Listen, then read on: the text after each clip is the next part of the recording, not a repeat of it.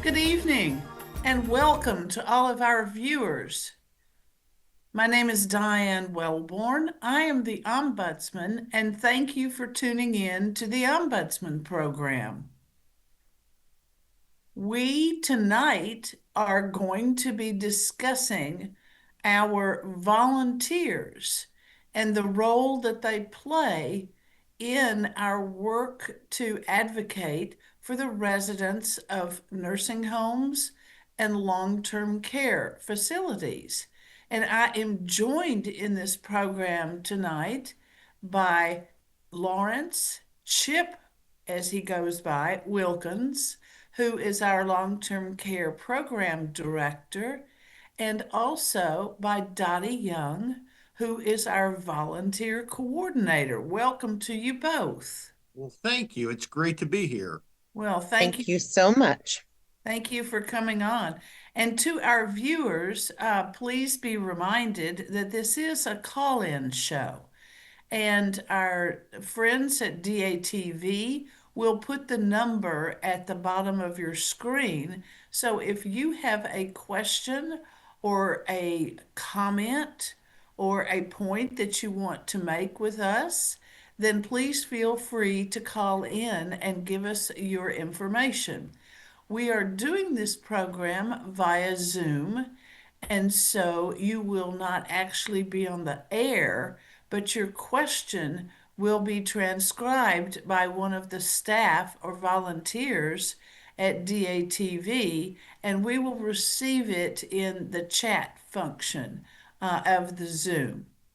Um, DATV certainly understands the importance of volunteerism.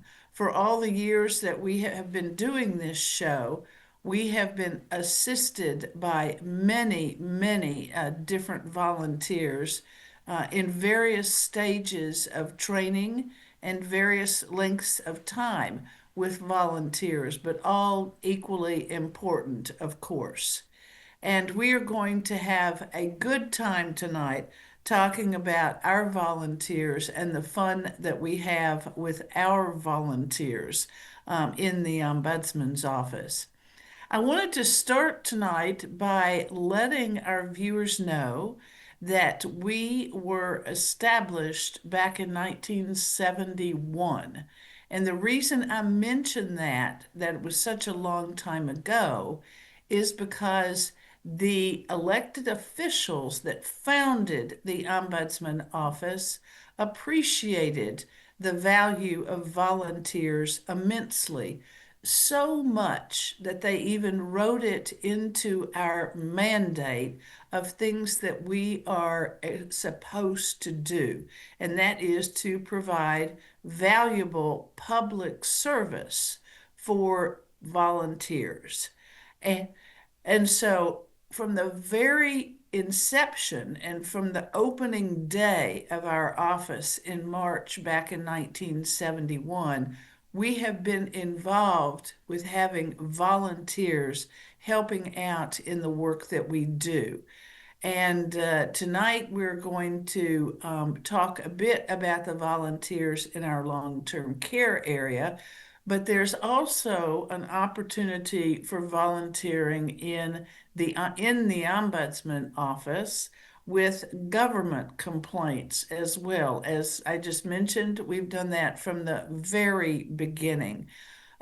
In fact, our phones, our telephone calls were answered when we opened the Ombudsman office all those years ago. Our telephone calls were answered by volunteers from the Junior League of Dayton. They are no longer part of our volunteer corps, but they remain appreciated after all these years because, of course, whether it's in long-term care services or advocacy for folks with government agencies, answering our phones is a high value to us to get the complaints that people are trying to give to us. So that's very, very important that we are able to get those calls and respond to those calls with and sometimes urgency At other times, immediacy or as quickly as we can. But it is still urgent that we receive the callers and talk to them about their complaint and what it is. And even if a complaint comes in to us that is not for us, if it's a complaint about a related agency or service, we always do our best to get people to the right place to get help. So your call will not be wasted. If you can't get direct help from us, you will certainly get a referral to the agency that can help you most of all. The long-term care program joined our office shortly after our opening in the middle 70s, and they also started off with a volunteer corps of staff that were helping us to advocate for people in long-term care facilities. Now we call them, and Chip may add to this in a minute, when we first opened and when the long-term care program opened, it was named the nursing home ombudsman program because in those days that was the service that we had to assist people. And over the years, long-term care has changed dramatically because people want to receive long-term care in many different settings, in addition to nursing home facilities. So there's in-home care where staff will come and provide that care to a person in their home. The person does not have to leave. There's other types of care that come in. And so long-term care is now a better name because it captures all the varieties of types of care, even including hospice that are provided to people in their different settings. At times, people do need to relocate to a nursing home to get the intensive level of care that they may need at that time. So I'm so pleased to have my colleagues come on tonight and talk more to the public, to you all, about exactly what they do, and they'll be able to answer any questions that you all might come up with that are about long-term care. So don't hesitate to call in and ask your question.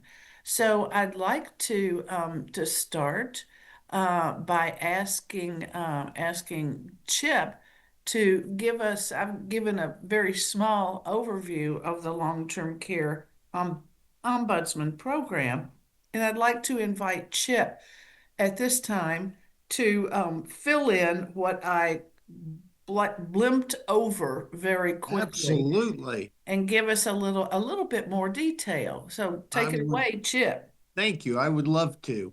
I will tell you that in the long-term care world, we now serve residents in nursing homes, as Diane mentioned, but also assisted living facilities, adult group homes, and individuals who are at home receiving what are called home and community based services. But it's just folks coming out to give you help in the home.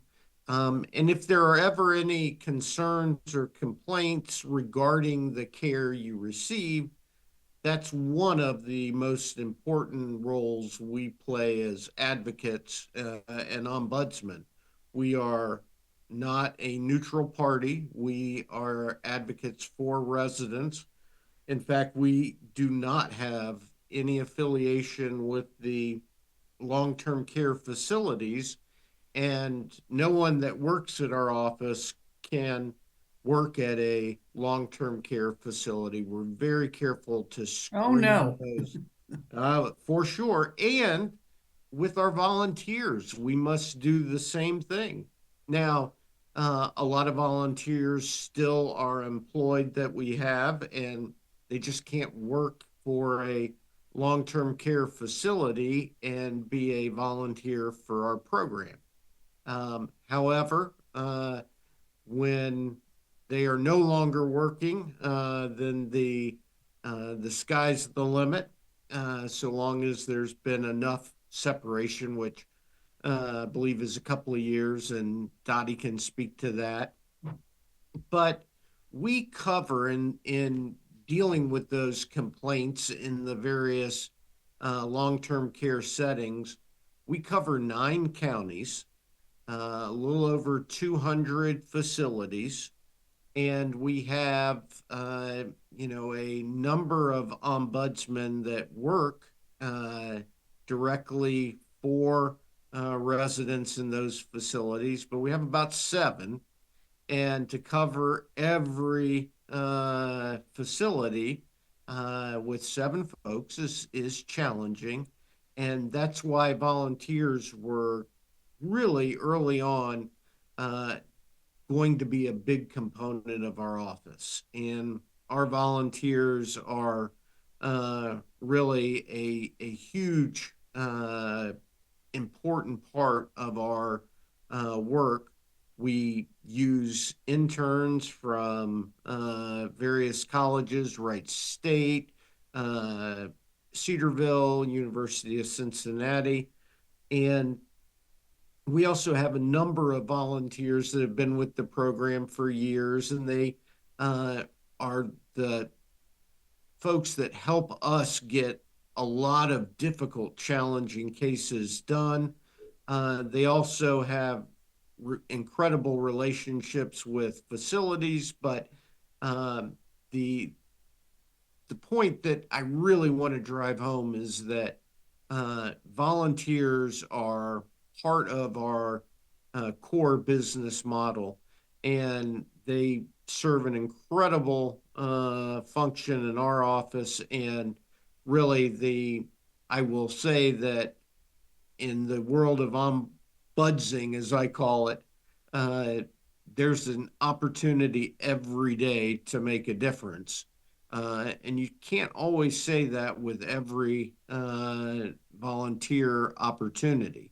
But that's a little bit about how we use volunteers. And I think Diane Dottie could probably tell us more about uh, what volunteers do and how they connect with us. Well, certainly. And thank you, Chip. I think another point to stress is that you mentioned that we are 7 on staff as long-term care volunteers. But then I think we also need to inform our viewers about the ratio that we're talking about. 9 counties and how many overall facilities? Right now, there's 211 total that we are Okay. covering. So, 7 staff, 211 facilities, it doesn't take high level math to figure out that it's just too much for our ombudsman to adequately cover all of these places. And I think the total number of beds that we have in our region is almost what between 1,700 and 2,000. I mean it's up there, so that's a lot of people that are residing, and that is just counting the nursing home beds. It's not counting all of the people that are getting in-home care services, that where people may only need care a couple of times a week, or even if it is daily, That's right. it's not for hours. They just need some help, that they need to be able to stay in their own homes. So that's a really large number of people that are out there that we are working to do our best to advocate for. So that's our need for volunteers is frankly never ending. we always can use another volunteer. There's always room for one more because our volunteers, as Dottie will inform us, our volunteers don't come and sit in our office. They are out visiting with people. So let's circle back to Dottie and let her tell us and our viewers a little bit more about the service coverage area and if there are particular areas where we always need more, but if there are particular areas where we need volunteers. But first, we do have a caller. So I Mhm. think we'll get the caller's question in, and then Dottie will circle back to that question and let you talk about that a little bit.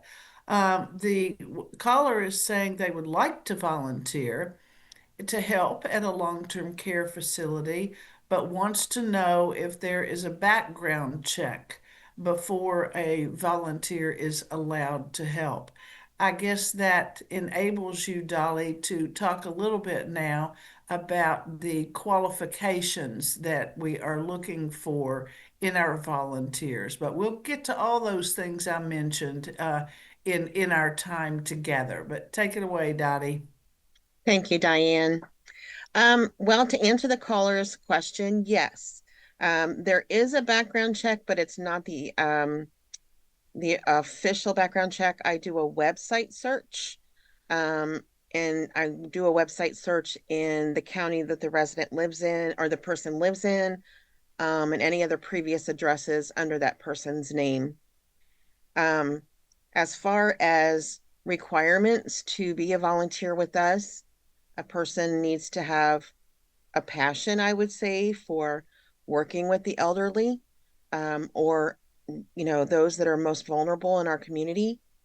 They have to be 18 years of age or older, and they also have to have never been accused of or um, been found guilty of a felony. And then one of the other things is they have to have reliable transportation to go to the different facilities. So that's not too horrible a list of qualifications, No. is it? And I think that passion that you mentioned for helping those that are not as advantaged as some others is really quite key.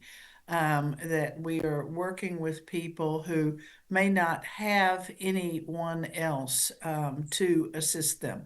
They may not have anyone else to whom to reach out. So thank you for telling us a little bit about those qualifications. And these are qualifications that actually are for all volunteers. There's really no exception. And so that's, I think, an important thing to know for our long-term care program. Great. Then why don't you talk about the kind of issues that people are calling us about and asking us for help? You bet. Well, the typically we are getting calls from residents in long-term care facilities, that's nursing homes and assisted living facilities. Usually the one of the top complaints is always going to be failure to timely respond to that dreaded call light.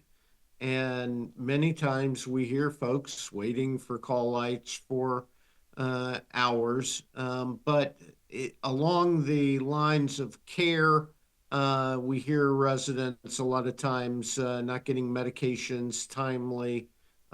Many times it's a transportation complaint. How do I get from the facility to an appointment and back? There's always many billing complaints.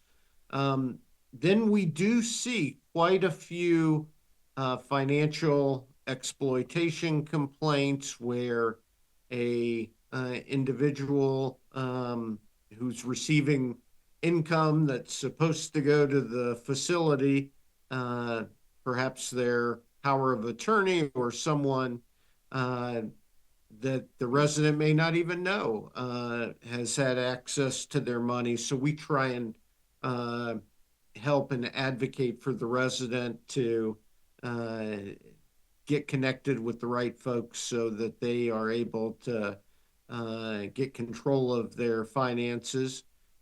Additionally, we sadly see some abuse cases in the facilities, um, and that can be physical, but it can also be verbal, and that does occur quite a bit.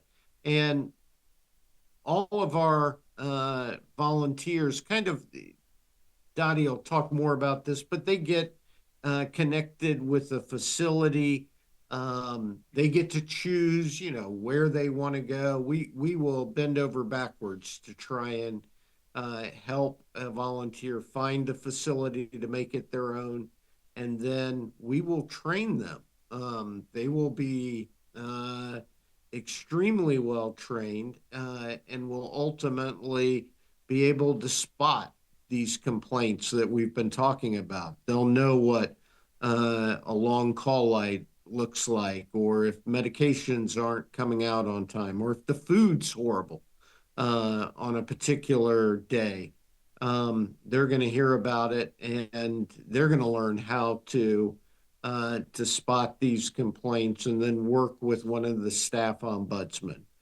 So that's kind of a flavor for the uh, facility complaints. We also get them from individuals in homes, but that's usually about the home health care company that's providing services. Sometimes it might be the medical equipment that arrived in a state of disrepair, and we have to help with that. But just a couple of weeks ago, we helped folks, two individuals, get power wheelchairs that they had been waiting uh, months, and in one case over a year to get their wheelchair. So a lot of advocacy in the home as well. But that's kind of a good flavor for the types of complaints that we are handling on a regular basis.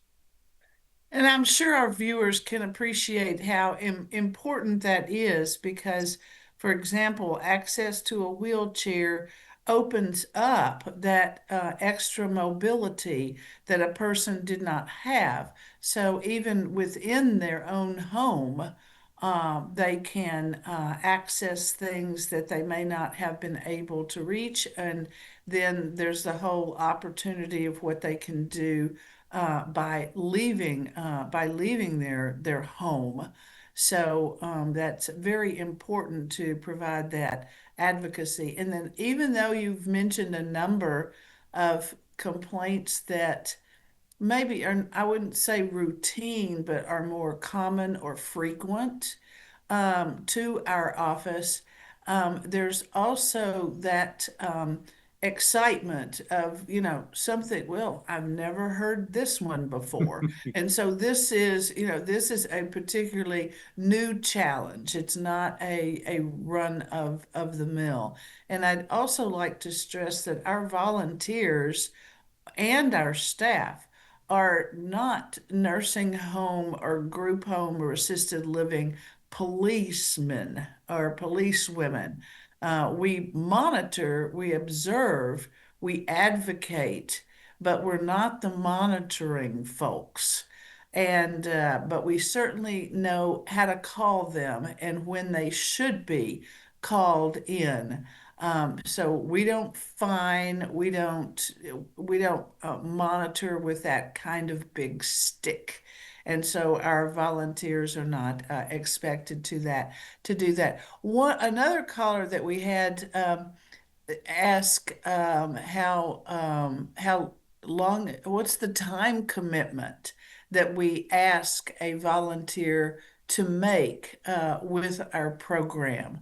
And then we have yet another caller that wants to know more about the training schedule.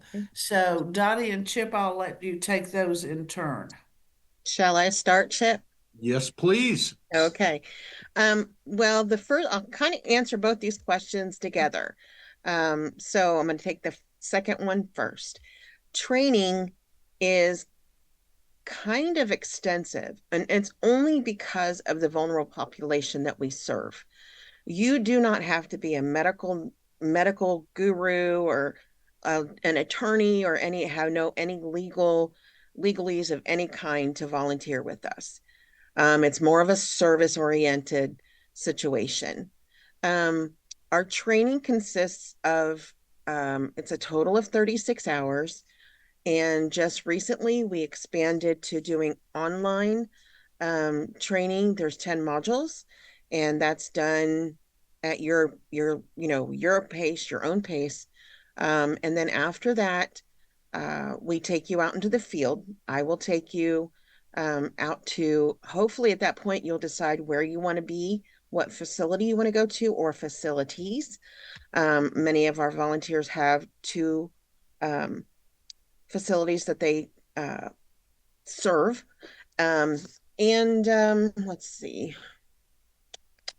And then when you are ready, um, I will let you fly out of the nest and go serve. But know that there's always somebody here for you, regardless of whether you're a new person or somebody who has been with us for 28 years. And we do have a person who's been with us for 28 years. Um, And let's see, what else is there? The commitment that we ask for once you go through the training and you're ready to be out on your own, we do ask for 2 times a month, 2 visits per month per facility. So if you have one facility, you do 2 times there. If you have two, you do 2 times at each. So that is our time commitment, and the visit usually goes for about an hour or so, depends on how chatty the residents are and yourself. Sometimes you can get caught. Um, let's see. And I think, Dottie, the volunteers really get to make it their own. Um, the facilities we have where there are current volunteers, some are there much more frequently than twice a month. Yeah, Others have, 3 or 4 facilities. That's just what they wanted to do. And so they are going only twice a month to those facilities. But what I think is so unique about the volunteer opportunity is that once a volunteer is at a facility for 6 to 12 months, they become a fixture at the facility. The residents know them.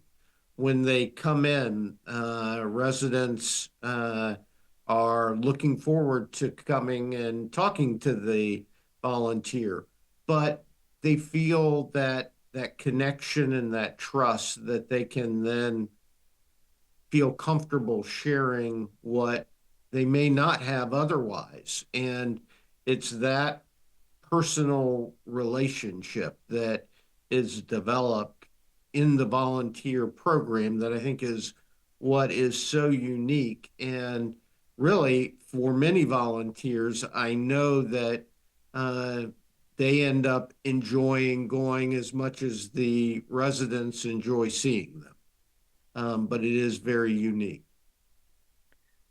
Yes, we know that's true because they tell us that. That's right. mm-hmm. That it becomes an integral part of their lives. And in fact, we're so pleased that many times people will call us to inquire about volunteering because one of our ongoing volunteers has spoken so highly about it and what it means to them and to their life to give some time back to people who don't have anyone else advocating for them. We have not done there has not been a study done of this in some time, but the last one that was done found that the majority of people that live in facilities do not have anybody visiting them. And that's a sad thought for us, and we try to remedy that as well. We are advocates and we're there to help out with problems. We're not there to be friendly visitors, but naturally, there's a component of that that is in our being there for people that don't have anyone that visits. That doesn't mean their relatives don't call them, but a lot of times, children have moved away, brothers and sisters have moved away, and they just may not be in our locale anymore. So, particularly after holidays, we often hear from family members who are calling us because something wasn't right in talking to their relative, or there was something their relative in a facility was reporting to them, and so they contact us because they know that we're out there visiting. So this is a really important function because we all require that kind of contact with other folks. So we have another question. We've talked about the training. We answered that. One caller also wanted to know, oh, this is a good one, is what support is there?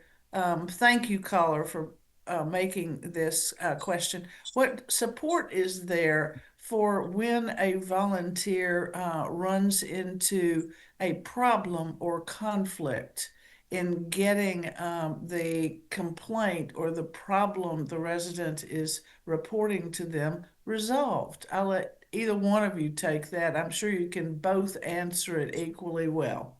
I'll start it and then Chip, you take it from there. You got it. Um, One of the things that I pride our volunteer base, our office on is the fact that we are a family, we are a team, and we're in it together.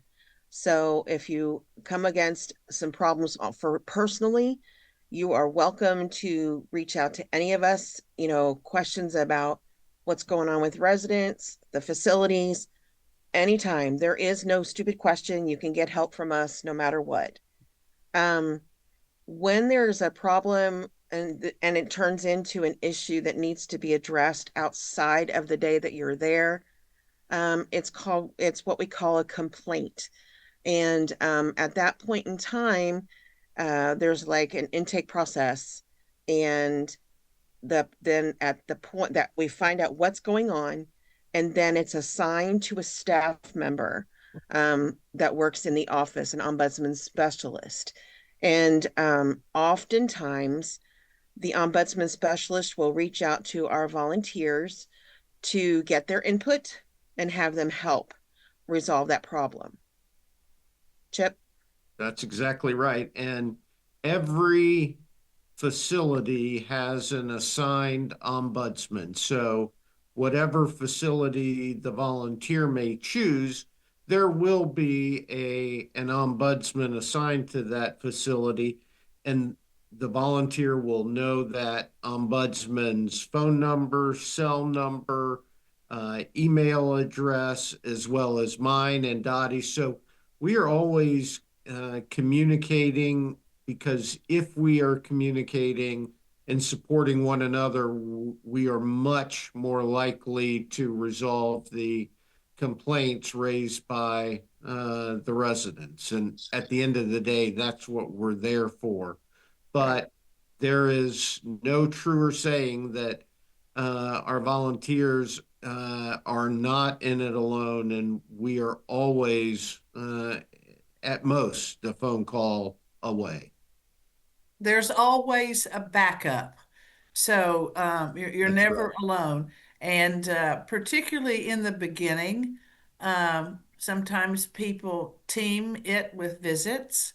They go out, as Dolly said, she takes them out to introduce them to the key staff in the facility where they're going to be. But there's also interns, as we've already mentioned.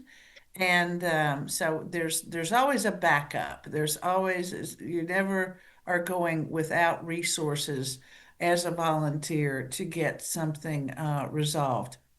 And we do have ongoing periodic training. So Yes. it's not as if once you finish a initial training and you're going to a facility that that's it. That is not the case. Right. We stay in touch and there's ongoing training, and I think a few words would be appropriate about the importance of that.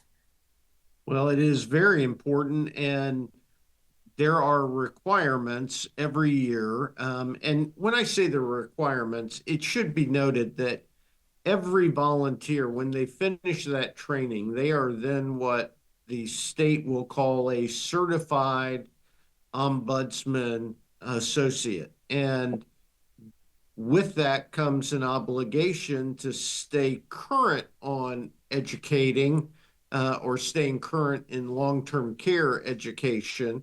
And there's a requirement for so many hours per year. And but don't worry, because Dottie is well versed in making sure those hours are provided. And Dottie, how do you do that? Well, that's where the fun comes in, besides visiting the residents. I when I first took the job, I talked to every single one of the volunteers, and they were all wanting to get back together because they had just come through COVID.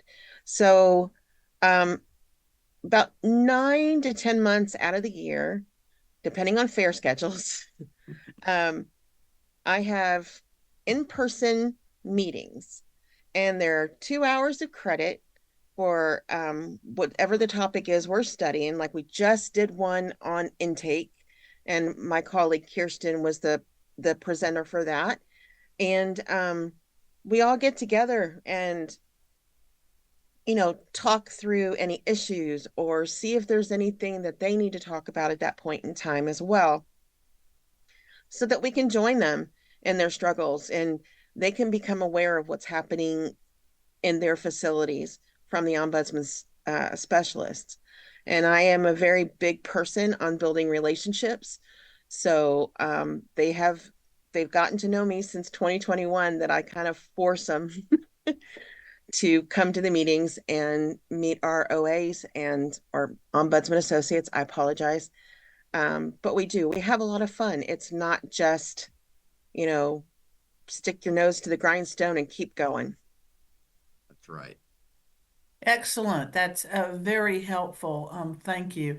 Now, can you make some comments on the effort that the office makes in the long-term care program to advocate for care in facilities to those that are not the residents? Of course, our program is focused on residents, and we exist in order to advocate for better care for the people that are there, living there. But there's some things that we need to advocate for in the larger community so that those that are decision makers or those that are have the opportunity to make public policy and others have a chance to learn about what our volunteers and our advocacy from our staff knows so that they can also take appropriate action in their venue. Would you like to give our viewers some ideas about what we do with those kind of situations? You bet. It's such an important topic that we often don't give enough time to. But what we really are talking about is reaching out to our legislators to others in the community who are going to make policy regarding long-term care. It could be something like how many staff are required in a facility per resident. Right now in Ohio, there has to be enough staff for 2.5 hours of direct care per person per day. And there's a formula, and they can crunch the numbers and tell you um, how many staff you have to give the resident 2.5 hours of direct care per day. It's recommended that we provide four uh, from a federal ombudsman standpoint, but in Ohio, we get 2.5, and we are routinely talking to legislators about trying to get that number increased. We're always talking about changes that are important in long-term care. We want to make sure that the resident's voice is heard. And a lot of times that's what we're advocating for. And we will go to Columbus. We will talk with legislative offices because we don't always get the legislator. We get a deputy in the office, but that's okay because it all gets communicated. And really, we do it statewide and federally. And what's really unique about our volunteer program is that someone has a passion for that type of advocacy, the legislative advocacy, to make sure that our Older Americans Act, which is really the bedrock for services and advocacy across the country, to make sure that act is really preserved and, if anything, enhanced. But if there's someone who has a passion for that type of volunteer work, we can plug them right in and have. And Dottie, anything to add to that?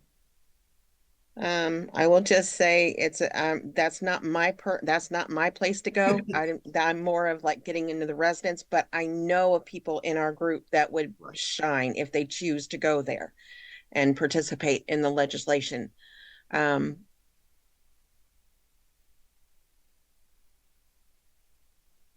yeah.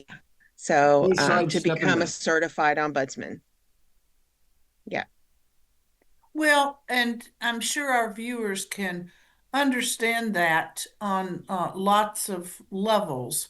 And the first being that because everyone living in a long-term care facility has a vulnerability, Right. and it is the responsibility of the administration of the facility to not have individuals coming in to the facility who don't have some authority by which to be there. It's kind of a safety issue as well, because all of us want our loved ones living in a facility to be protected from people entering the home who have no business being there. One caller, don't want to just jump by this, wants to know if it is a conflict um, for a volunteer to have a relative that is living in a long-term care facility.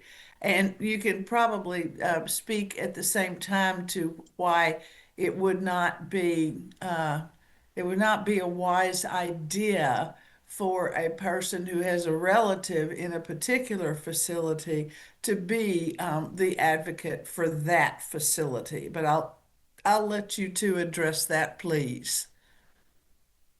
Go right Okay. ahead, Dottie. One of the bases of our organization is integrity for the person that's going to apply to be a volunteer, integrity for the resident, integrity for our office, and integrity for the facility. So, conflict of interest, actually, I'm surprised using that word, but we actually have a process that people have to go through to make sure that there is no conflict of interest, or anything that can look like a conflict, because we don't want to mess that up with anybody's integrity. So, to your question, is it a conflict if you have a relative living in the nursing home? It is a conflict for you to work at that facility or any of its sister providers. So if you have somebody who is staying or who lives in a care, like a care core, I think it's called, core, anyway, if you have somebody that has a, that you're staying at a corporate owned facility, it's my responsibility to make sure that I find out all the information so that I can make sure that you can serve with the greatest integrity as possible. All the time, protecting everyone involved. Okay.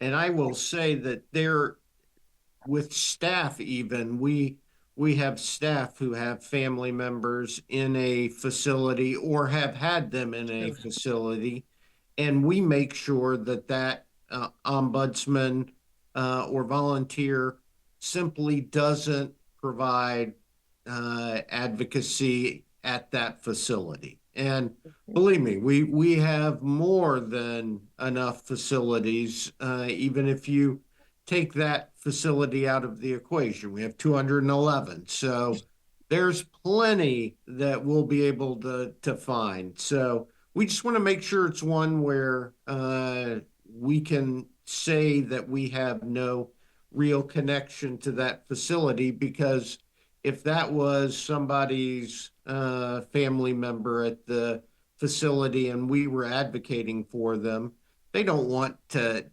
have that worry or concern. And really, with our office, you don't have to. And I'd like our viewers to know, and Chip, you can chime in here if I am incomplete. This issue about individual relationships to long-term care facilities is probably a bit wider than many of our viewers would think. So that that policy, of course, extends to our board of directors, that they must annually complete a form to find out if they have an immediate relative living in any of our facilities, or if they have any financial interest in any of our facilities, and it goes to our staff. So even I, complete conflict of interest forms on an annual basis, just to make sure that nothing changes. So we're very conscious of this, and want very much to make sure that nothing like that exists, because things can change in a moment's notice. Any one of us on staff or any one of our board members or could find themselves in a position of having a relative in a facility, even if it's for a short term. So these things are very much observed and watched. I also wanted to let our viewers know that if they are hopefully visiting somebody that lives in a nursing home and they observe something that they think is not quite right, somebody calling for help who's not getting it, if they observe something that doesn't smell right, if they observe a meal that does not look appetizing, they are free to contact the Ombudsman Office and make that report. One does not have to give their name Although, even if they do, it stays confidential with our office. We don't report that to anyone else at all. And they certainly don't have to know the name of the person in the nursing home whose meal going to them didn't look very good. We can operate without that. We can check things like that. Chip and Dottie, do you have anything to add on that point? Dottie, you were, I was muted, sorry. it's okay. Yeah, I that is why the volunteers are so important, and anybody who goes in, like you said, to visit is so important. If you see something, say something. How many times have we heard that? Um, And if somebody from the community sees something and calls in, then we can get a volunteer or a staff member out there right away within about I say right away, within about 5 days at most to check on that situation. We are constantly, with our volunteers, we call them regular presence visits.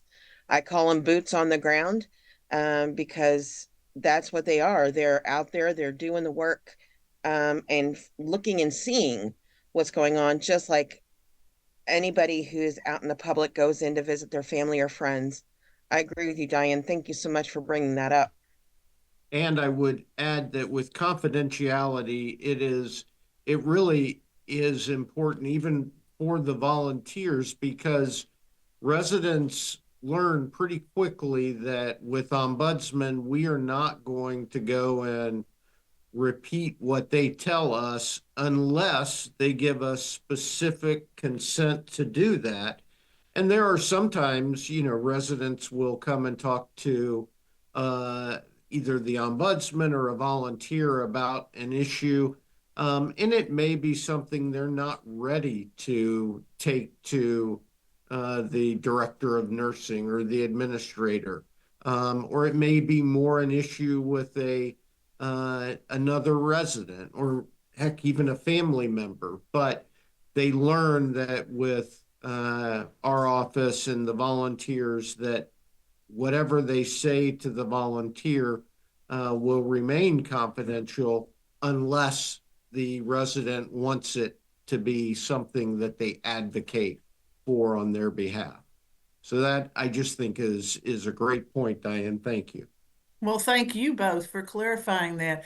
Another caller has a question I think which is really important, and sometimes comes up more and more. Can ombudsman intervene, and what kind of tactics, do we have when the report is that the person that's living in the facility possibly or maybe financially exploited by someone that either is a relative or a close long-term friend or something.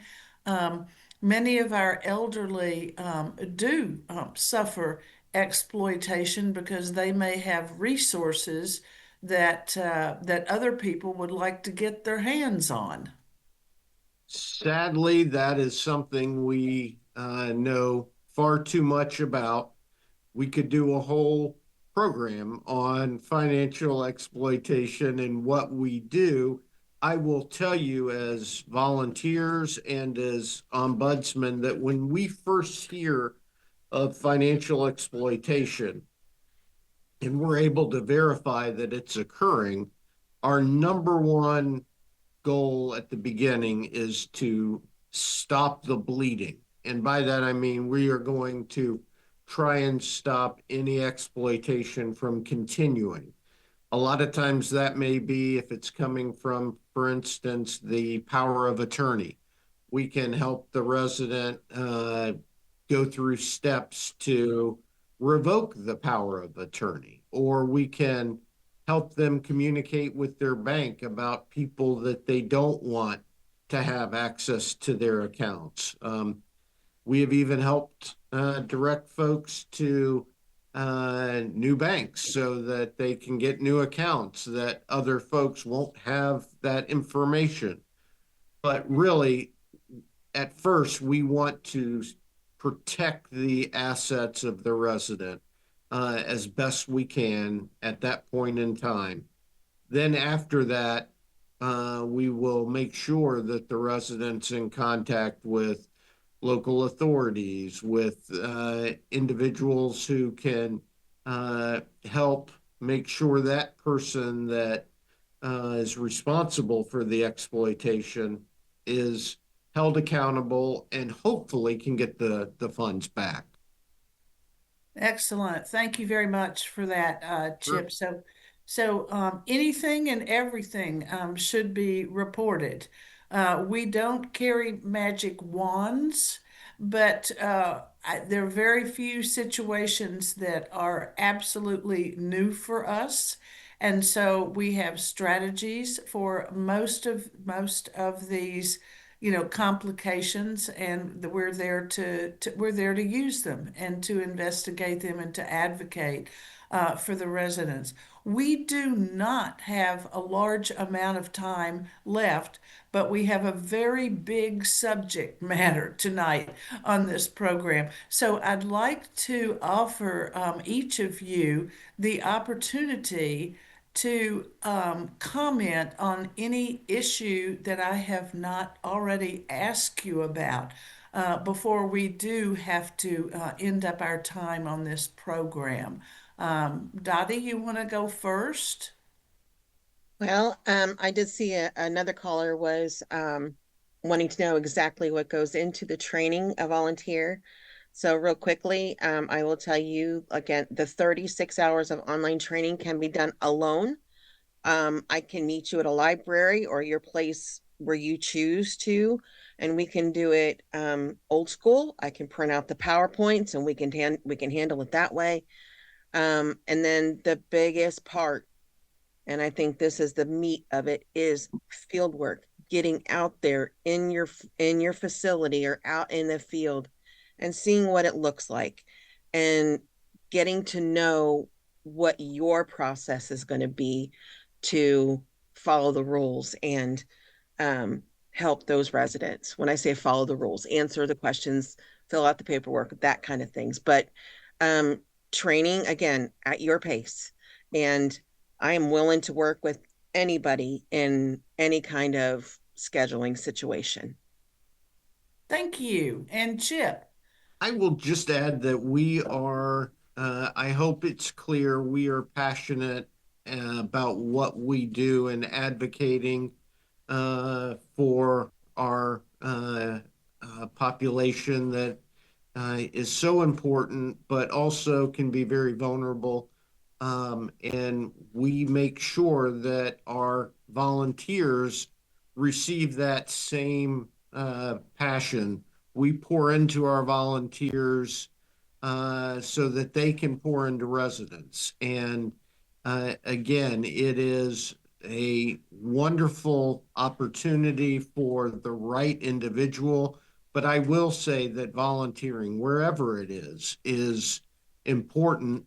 We hope it's with us, but if not, the volunteering is really one of those unique things that makes our country what it is. So that is my last that I will Okay. conclude with. Thank you very much to both of you. And now we are quickly closing down this particular program on this topic, but we're always there to talk about it. And so call the Ombudsman's office or refer anybody to the Ombudsman's office, because there's no question that's too small or unimportant. And volunteers really have, in the facilities, have an opportunity to literally improve and change people's lives. So thank you to the viewers and thank you to the staff at DATV tonight for broadcasting this with us. And we look forward to hearing from many of you after this is over. Thanks again. Thank you.